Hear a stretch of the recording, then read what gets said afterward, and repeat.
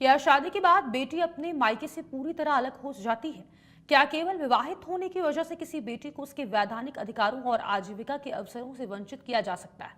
इन सवालों पर देश की सबसे बड़ी अदालत ने एक ऐतिहासिक फैसला सुनाया है, जो महिलाओं के अधिकारों और लैंगिक समानता की दिशा में एक बड़ा कदम माना जा रहा है। सुप्रीम कोर्ट ने साफ शब्दों में कहा है कि केवल वैवाहिक स्थिति के आधार पर किसी आश्रित बेटी को उचित दर की दुकान यानी फेयर प्राइस शॉप के आवंटन से वंचित नहीं किया जा सकता। मामला उत्तर प्रदेश के अमेठी जिले का है, जहां उचित दर की दुकान चलाने वाली बदरून निशा के निधन के बाद उनकी विवाहित बेटी कुलसुम निशा ने अनुकंपा के आधार पर दुकान के आवंटन के लिए आवेदन किया था, लेकिन प्रशासन ने यह कहते हुए आवेदन खारिज कर दिया कि वे विवाहित हैं और इसलिए परिवार की परिभाषा में नहीं आती हैं। मामला सुप्रीम कोर्ट पहुंचा और अदालत ने इस सोच को संविधान की समानता की भावना के खिलाफ बताया। कोर्ट ने कहा कि विवाह ना तो बेटी और उसके मायके के रिश्ते को समाप्त करता है और ना ही ये मान लेने का आधार बन सकता है कि वे अपने माता पिता पर आश्रित नहीं है।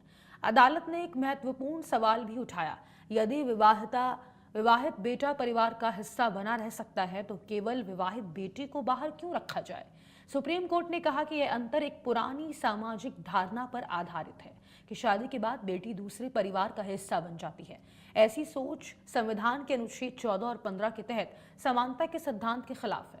कोर्ट ने यह भी स्पष्ट किया है कि आश्रित होना एक तथ्यात्मक प्रश्न है, जिसका निर्धारण परिस्थितियों के आधार पर होना चाहिए, न कि किसी व्यक्ति की वैवाहिक स्थिति के आधार पर। इस फैसले में अदालत ने न केवल प्रशासनिक आदेशों को रद्द किया, बल्कि उत्तर प्रदेश सरकार की नीति की ऐसी व्याख्या भी की जिससे विवाहित बेटियों को भी पात्रता के दायरे में शामिल माना जाएगा, यदि वे वास्तव में आश्रित हों और अन्य शर्तें पूरी करती हों।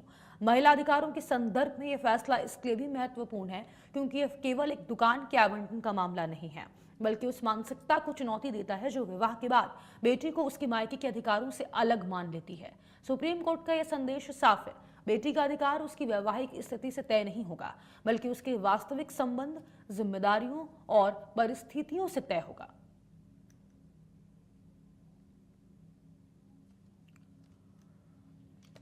तो बेटी और बेटे के अधिकारों में भेदभाव असंवैधानिक माना गया है।